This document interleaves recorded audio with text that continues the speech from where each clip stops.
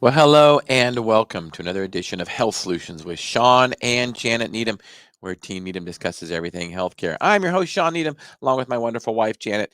And today we are all alone, no guests, which we like to do because Janet and I can talk forever about so many subjects. And it's nice to talk, to bounce things off of each other. We roll pretty good together. So today we're going to be talking about our debt journey and how it led us to not bill health insurance. And what does that have to do with health in general or your health in general?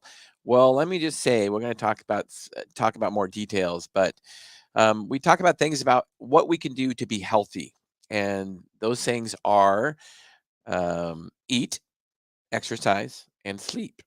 But also, there's certain things mentally and with relationships and financially that help us be healthy. And let me tell you that when you focus on getting out of debt, it is very liberating and it helps you to be healthy. Let me tell you that. Janet, do you have any comment about that before we get into our story?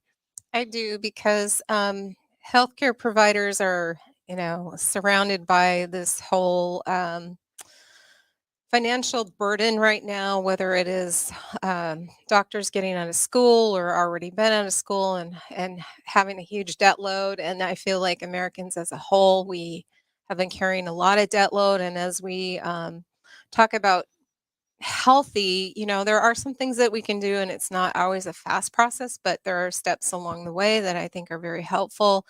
And it is kind of a passion of ours to share with people because there are possible ways of living a little bit happier and healthier. And so finances play a big role, I know, in both in Sean, our business life as well as our personal life. So that journey has not been overnight, but we definitely would like to share. And if there's anybody out there that can hear the message and change some things, we're super excited about that. Well, let's back up into our story. Let's go back to 2002. So, in 2002, we opened up our pharmacy in 1998, and in 2002, we were a full service pharmacy. We were, like a traditional pharmacy. We're dispensing a lot of medications. We had a DME, durable medical equipment business, and we were doing mostly insurance, billing mostly insurance then. And in 2002, we decided we were, it was the last insurance we were billing was state Medicaid. And state Medicaid was decreasing their reimbursement by 25%. And we're just like, so obviously there are a lot of pharmacies in the state, and a lot of trade groups in the state saying, pharmacies should say no to it. And we were one of seven pharmacies out of 1,400 in Washington state to say no to billing state Medicaid. And it was quite a chunk of our business, actually, big chunk of our business. Now, mind you, this was back in 2002, so 20 years ago. And um, we had the busiest gross sales year that we ever had back then. We were busier than busy. We had more employees than we ever had. We had more business than we ever had, at least gross dollar wise. But actually, in that year was the only year we ever lost money and didn't make a profit at Moses Lake Professional Pharmacy. And partly it was due to just because you're busy doesn't mean you're making money. And healthcare providers get into this mess all the time. They think they got to make it up on volume, but it's it's econ 101. If you lose money on every transaction, you can't make it up on volume. And let me tell you, in the health insurance industry or in the healthcare business, there is a lot to be said about a lot of different procedures and medications or what have you that you don't make any money on. It's hard to make money billing insurance. And what it really does is it makes you decrease service, decrease quality, and overall increase prices to the things that you don't get paid on, that you're going to get paid on. So we didn't like that model. So we said no, first of all, because it was the last one we were taking with Medicaid, and then when we went cash only in 2002, and we have never looked back. We had a lot of um, family members, friends that said that we'll never make it. We had colleagues that would said we have to take insurance, we can't make it, and here we are 20 years later, and we are thriving. Janet, what do you have to add to that? Well, in that journey, prior to us opening a pharmacy, we were very debt conscious. So it wasn't something that we lived prior to being in business. But when we got into business, the cash flow issue was part of the problem. And in a pharmacy, usually you're replacing that medication the following day, and you're not getting paid until you're like 90 days out or more. So just think of how many times you have to fund replacing a product within a pharmacy. And many times, what you would find is that you were waiting for that check in the mail so you could actually pay your vendors. And vendors didn't want to wait long. They wanted their checks. Actually, usually pharmacies had to pay it within 2 weeks. So it was this ongoing battle. And then the other part of the equation that most people don't realize out in the public is that insurance companies can go back and audit you willy nilly. You might have Yeah. somebody that has all the things or the prior authorizations that are required to have payment. Um, the doctor sign off on it, or the physical therapist, or the prosthetic person.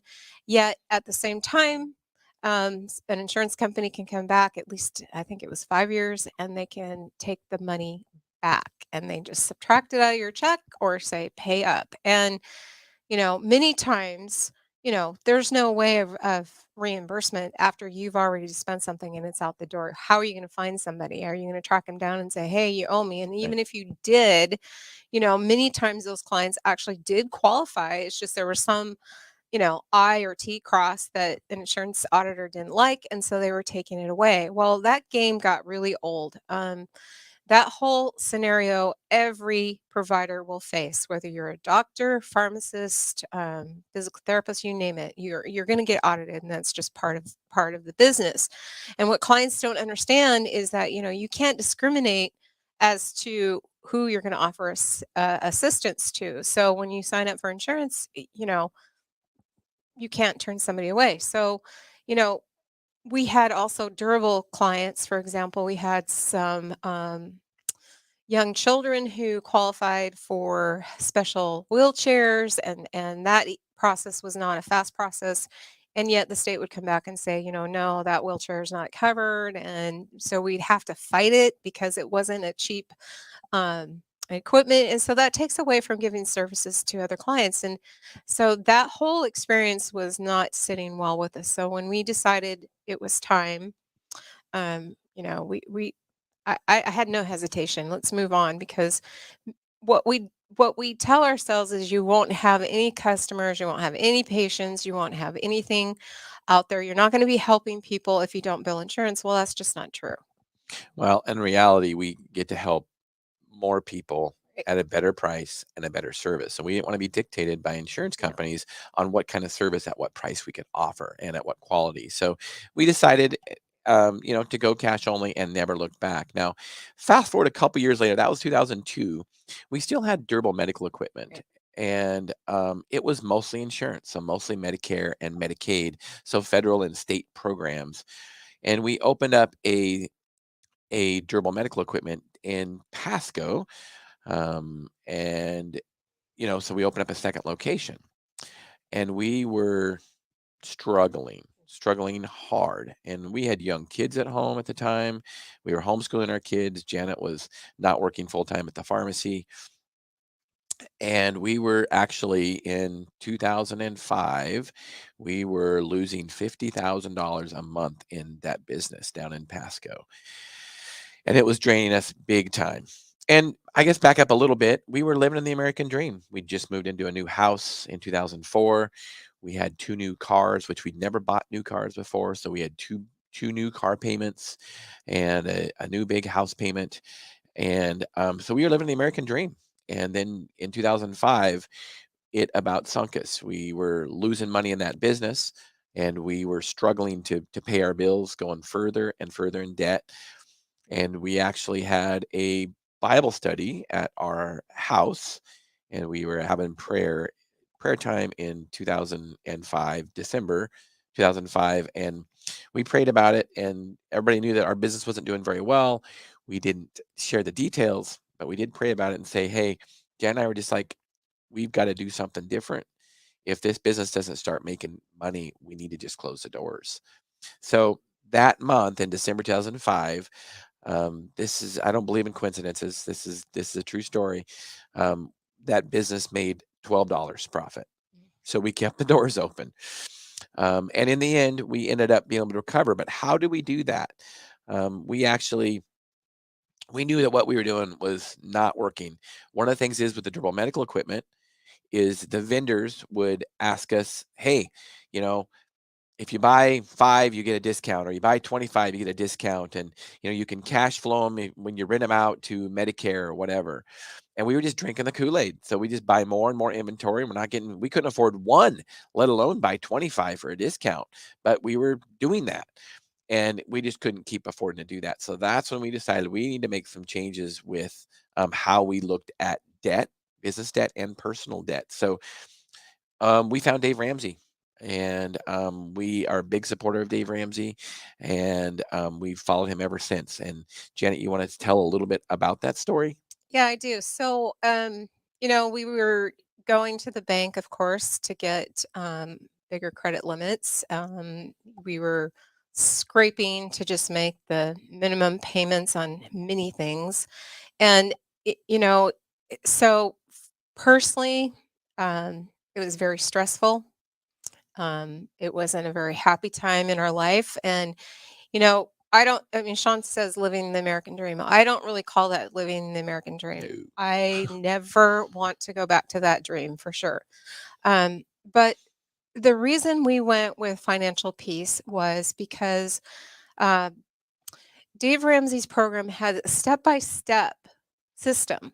Whether you agree with everything he says or not, if you're in trouble, if you have a plan, and he has goals for people, and it was understandable. It was something we could grasp on and do. And so not only did we do it ourselves, but we did it with a group of people at our church. And we embraced it, and to the point where he talks about a snowball. Well, it works, folks. It does. If you commit yourself. And we did it not just in our um, personal life, but we did it in our business, and it made so much sense. And as that snowball started going, and you started paying one more debt down and one more debt down, and we didn't ask for any other debt from the bank. It was like, we're not going there. So that was very liberating to get that process started. And it wasn't fast. It wasn't easy. Um, on the personal side, having young children, there are many no's. We didn't go out, we didn't travel, we didn't do a lot of things, and we made a lot of personal sacrifices. And I will tell you today, it was well worth it. Well, and one of the things it did, it was just perfect timing in our Hmm. lives. And I don't believe in coincidences at all. And one thing it did is it taught our children Sure. about how bad debt is. And Dave Ramsey says, and it's a quote out of Proverbs from the Bible, the borrower is slave to the lender. And that is just true. If you have any debt, that is just true. The borrower is slave to the lender. So you feel liberated, and it's overall good for your health Right. because you just feel a lot healthier. You can sleep better at night. When things like COVID happened 2 years ago, and everything was shut down, because our business is debt free, we didn't have to get Well, a PPP loan. What are you going to say? we do have a mortgage, so it's not that Oh, we're totally debt free, yeah, but we do have no. on our building, on our Yeah. pharmacy building, we do, and only 2 more years, Yeah. and we'll be done with that. So that's super exciting. But because we weren't leveraged a lot Right. in debt with credit lines and credit cards, car payments, we didn't have to get PPP loans like a lot of people did during those government shutdowns. So Well, that's true. And the other thing I think that when we talk about debt is that in our experience, Sean and I did not come into our business with a lot of personal debt from student loans. And the more students that we have coming in, and doctors that we talk to, it's like that debt seems to be almost a mountain right now. yeah, Um, but the other thing that happened along the journey too is, you start listening, people are saying, well, I think you're crazy because, you know, debt to a bank is just leverage. It gives you leverage. Well, maybe in your mind, and we have listened to family members and friends talk to us about, what they do in their Good debt, life, right? Good leverage debt, debt, bad debt. good debt. Yeah, cash Um, flow debt. right. I'm not judging anybody. I'm just saying in my heart and in my mind, it gives me a peace that I can pay my vendors without that fear of waiting for, you know, to make the next sale to be able to do that. And it also gives you a peace of mind, and it's different. You feel more relaxed. I mean, physically, mentally, and spiritually. And you know, one day when we don't have any mortgages, I will never have to fill out paperwork to a bank again. And I'm excited about that day. Um, but along that way, Sean and I, we've taken a lot of interest in people, especially our students that have came through. And just to tell you about one success, we had one gal that worked for us for a short period of time until she found it was her first job out of college, and she shared with me that she paid off her last student loan, and it's possible. I mean, she had student loans and they weren't small, but before she, started living in a bigger lifestyle, when she got out of pharmacy school, she started attacking that, and I think it's been 2.5 Probably, years. yeah, less than 3 years. But she has the freedom to choose what job and where she wants to go rather than feeling like she's stuck working for the Mhm. highest payer, which is not always the best job. So rewards come in different ways, and her story and her journey is really cool for us because she, I think, was on that page when she first started working for us, but her personal freedom of being able to decide, hey, you know what, I don't really like working at this company in this position, but this job over here, it's less pay, but it looks like it's better for me mentally, stress, career wise. I can grow at it. She had no hesitation to be able to step out that door and take that job because she wasn't burdened with huge payments. Yeah, very liberating. So don't let somebody say that you have to be in student loan debt the rest of your life. And even though you might have 30 years to pay it off, she paid hers off in like 3. So it Yeah. can be done. Um, and if you can follow Dave Ramsey, you won't go into debt at all going into college. And I still believe that. My kids have 2 years of college underneath their belt. They are debt free. They do not have any debt. And it was timely that we were able to teach them that they aren't, unlike some of their friends that already have car payments and things like that. They don't have any debt, and it's very liberating because they can move wherever they want to move without being tied down to a certain job they may or may not like. So a story that I'd like to share when it comes to insurance, Janet would talk about insurance companies, and this is more for the healthcare providers out there, but it's still interesting for anybody that doesn't, anybody that accesses the healthcare system, because you don't really know how it works a lot of times. But Janet was telling a story about how health insurance companies will years later, they'll say, well, you know what, we overpaid you on XYZ and you owe us, XYZ amount of dollars. I've heard sometimes the numbers are 3 to 400,000 with independent practices. I've heard millions of dollars with big corporate clinics. um, we would get those letters sometimes, and what they would say, pay up or we'll take it out of your next check. Of course, we were so, not cash flowing that we needed their check to pay our bills. And so we would wait for those checks to pay our bills. And if they would take money out of there, we would be in serious problems and we would have to probably get more money from the bank, which is not a good way to go. You don't want to go further and further in debt as you get older. That's not a good way to go. Stay out of debt if you can. If not, get out as soon as you can. But we have a story. So after we stopped billing insurance, we got a letter like 2 years after we'd not billed insurance, and it was for oxygen rentals. And they wanted like, I think, $15,000 back. Mhm. So not a huge amount of money, but like 15 grand. And they said the same thing that they'd always said, if you don't pay us, we will hold out your next check. Well, guess what? We weren't getting checks anymore. So guess what? Who was in the driver's seat? It was us.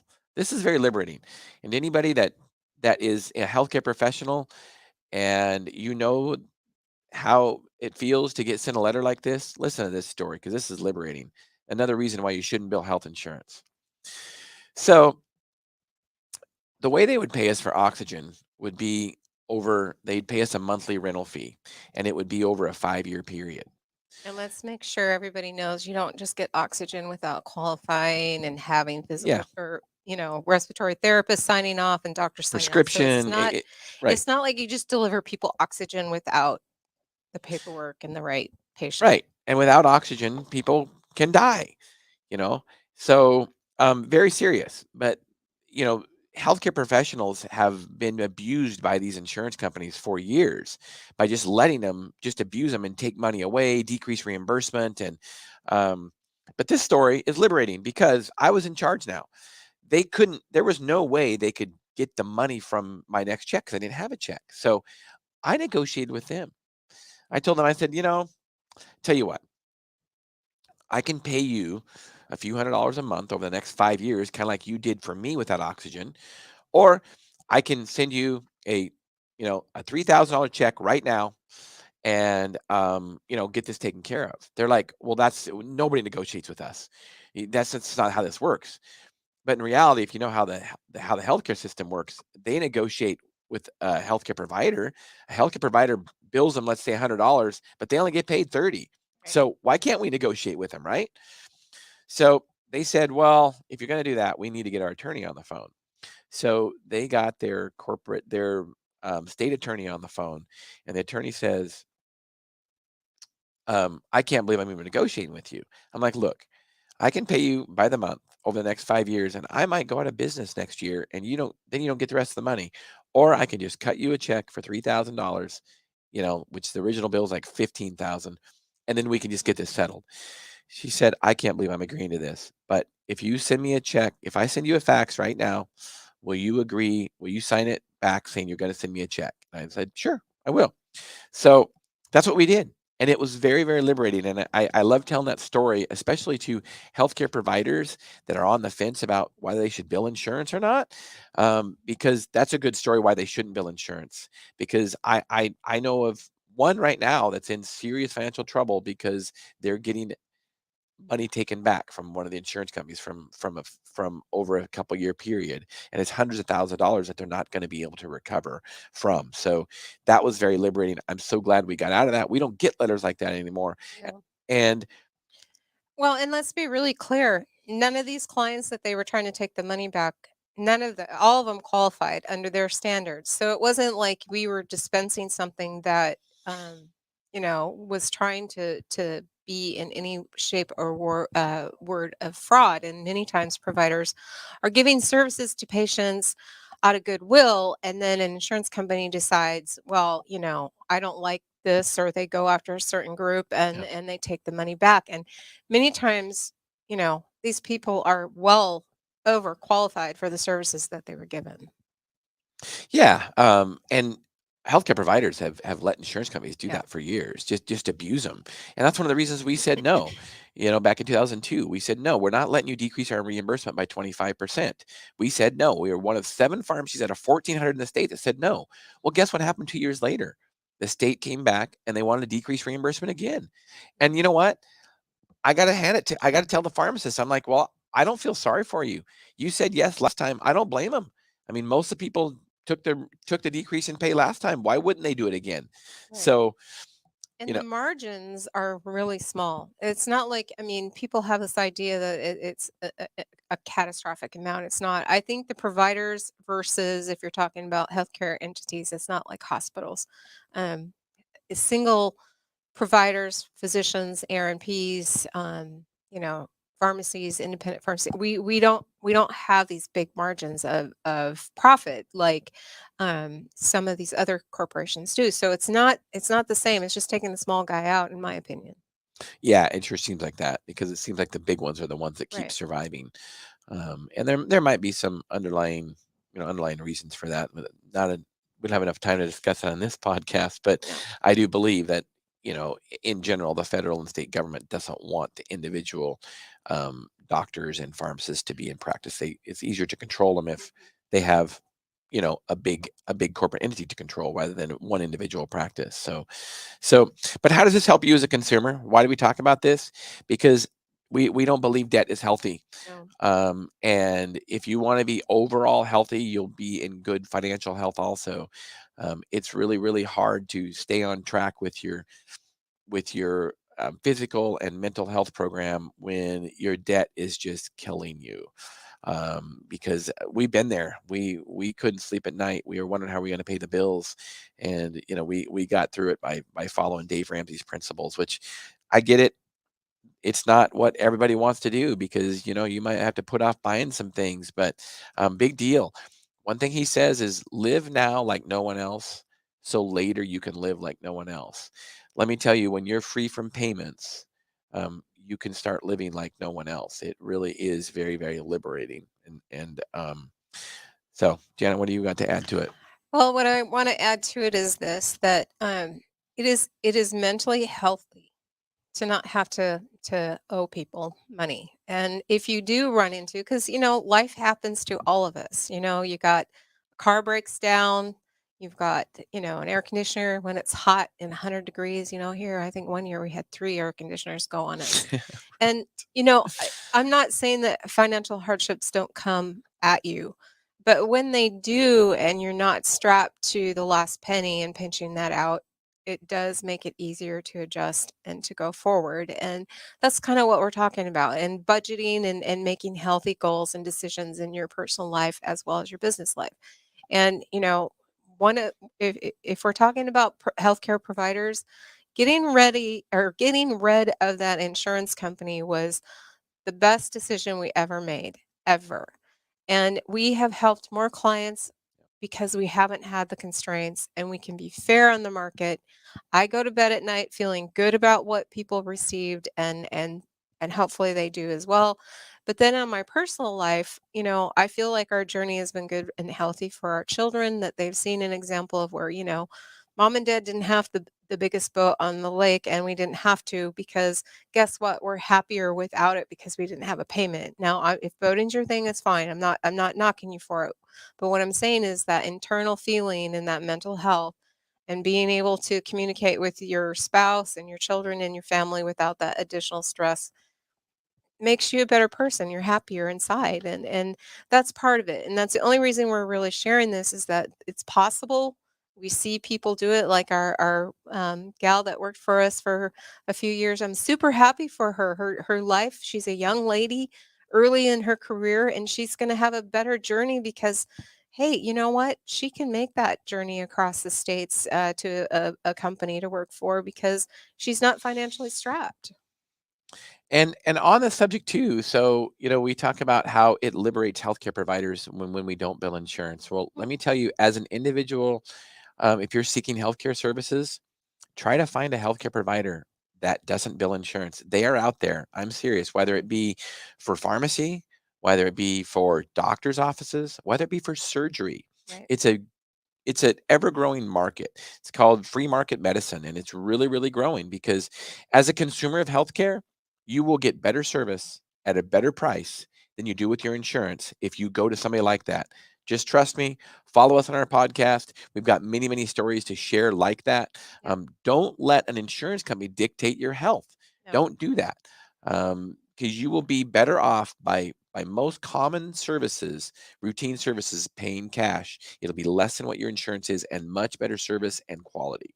Well, in this journey, Shawn and I have talked to many doctors who have decided to make that jump into a cash service. And the first thing that they will say is, personally, it saved their life, their career, the effort and the joy that they put into becoming a professional and a doctor, but also save their family relationships, because many times that was what was suffering.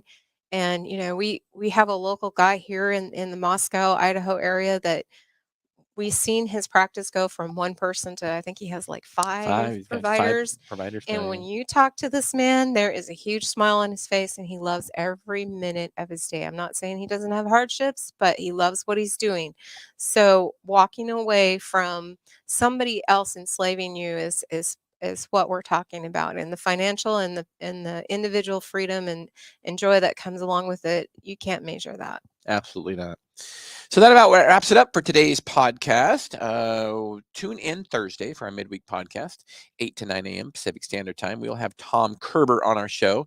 He's going to be talking about some alternative cancer treatments that he has available, and some alternative pain treatments that he has available, non-medication treatments. So you don't want to miss out for that.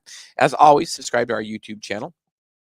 And so you don't miss out on any episodes. We are ever growing there. We have over 1,200 educational videos on our YouTube, and we are working our way to episode number 300 on our Mm. podcast. So in November, we will be streaming our 300th episode, and we want feedback from you.